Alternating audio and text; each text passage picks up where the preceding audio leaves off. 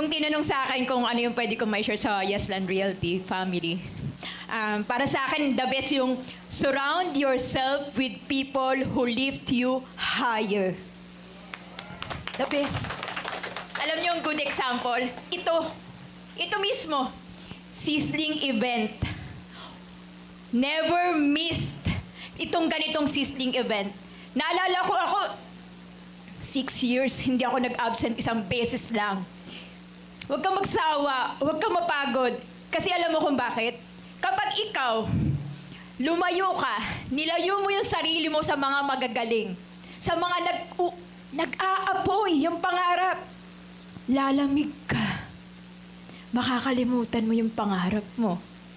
Pero kung ikaw, dumidikit ka sa mga taong nag-uumapaw, nag-i-ignite yung pangarap, mag-i-ignite ka rin.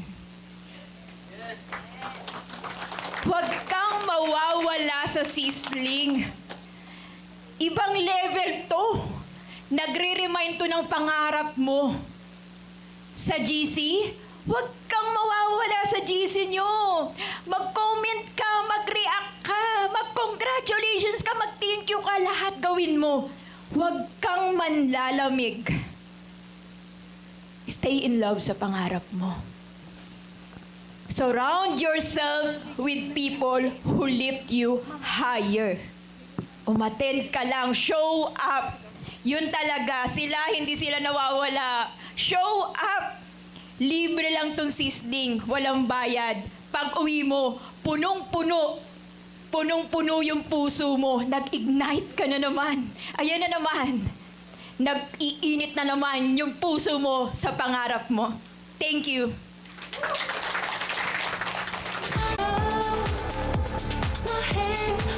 Congratulations once again to our top 2 sellers. Last third quarter of 2025.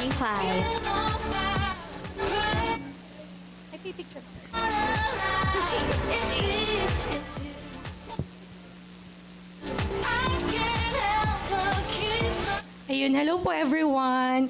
So, last quarter po, hindi ko na-expect actually na magkakasama pa ako sa top 3 kasi last quarter nawalan nga po kami ng Facebook account and yung aming pong FB page is wala kaming access.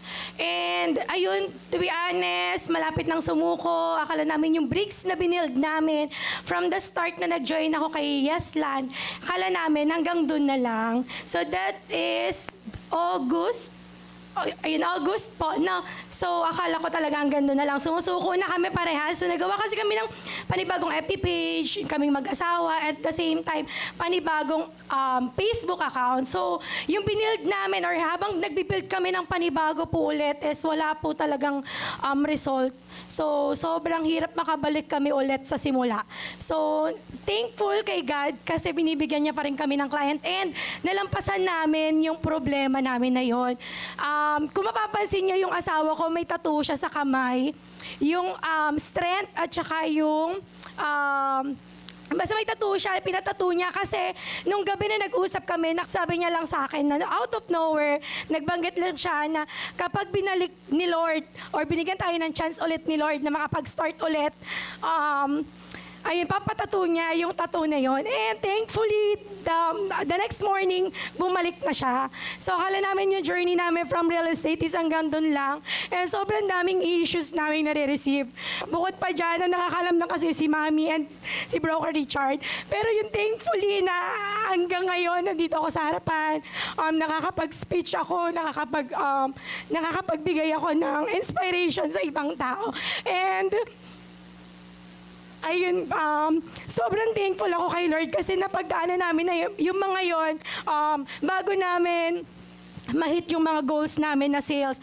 And ayun nga po, so sobrang dami namin naging napagnaanan for this quarter, third quarter. Pero ang galing ni Lord kasi hindi niya kami pinabayaan.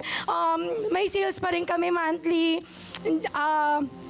binigyan niya pa rin kami ng lakas na makapag-start po ulit, makapag-build po ulit, and nabalik nga po yung FB ads namin.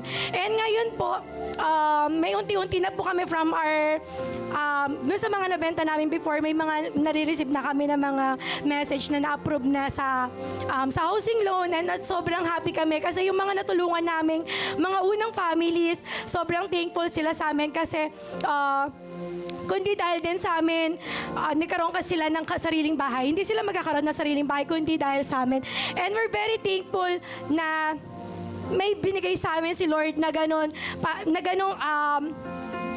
ganun na journey para sa ibang tao. Ayun po, ayun, thank you so much po. Sorry. A Revilla with 42.73 million sales. Na na na, come on. Na na na na na, come on. So, ang masasabi ko lang, what you're going through right now doesn't define you. It's preparing you for something greater. And yan yung mga natututunan namin this past few days, past few months. Dahil, paano ba? Hindi naging madali yung third quarter namin. Ang dami naming roadblocks na dinaanan mag-asawa. And nalampasan namin yun. I'm very grateful na surrounded ako ng good people and God-fearing na mga tao. Talagang ginaid nila kami on kung paano, ginaid nila kami ng sobra-sobra kung bakit, sila rin yung reason actually kung bakit kami nandito and kung bakit strong kami, kung bakit mas ginagalingan namin dito. So, yun lang yung masasabi ko na kahit anong obstacles, roadblocks, anong iba to sa atin ng ibang tao or nung kung sino man yan, dadaanan lang natin yan, lalampasan lang natin yan, ipakita natin sa kanila yung best natin. Kasi tayo lang din naman po yung gagawa kung anong meron tayo sa buhay eh. So kung eto hanggang ganito na lang tayo, choice nyo na po yan. Pero I'm sure, kaya naman po kayo nandito, especially sa mga bago dito. Kaya kayo nandito kasi gusto niyo ng bright future para sa family niya. Tama po. Ganon din po kami. Before, nandyan lang din po kami, nakikinig lang kami sa mga top sellers, ganyan. And in-apply lang namin ang in-apply kung ano po yung mga nakikita namin sa kanila and nadidinig. So kung mapapansin niyo po, yung mga top sellers po natin ngayon and sa annual, sila lang din po yon. And wala po silang ibang ginagawa. Iisa lang po yung pattern naming lahat. So yun po sana, yun talagang pinagpe-pray ko din actually, na sana iba naman, hindi ko pinagpe-pray na sana hindi ako makabenta or what. Actually, gusto ko, nung last month na hindi ako nakapag-speech dito, nakikinig lang ako kay SD Risa, sa mga top 3 sellers no, na ang sarap sa feeling makinig sa ibang tao na ito yung breakthrough nila, ito yung story ng sales nila, ito yung story ng buhay nila. Ang sarap sa feeling and I'm excited na sana soon kayo naman yung mag-share dito kasi isa na kayo sa mga bumebenta ng marami, isa na kayo sa natutupad unti-unti yung mga pangarap ninyo. Kasi kami po dati, ganun din, kagaya ninyo. And ayun lang po, thank you so much.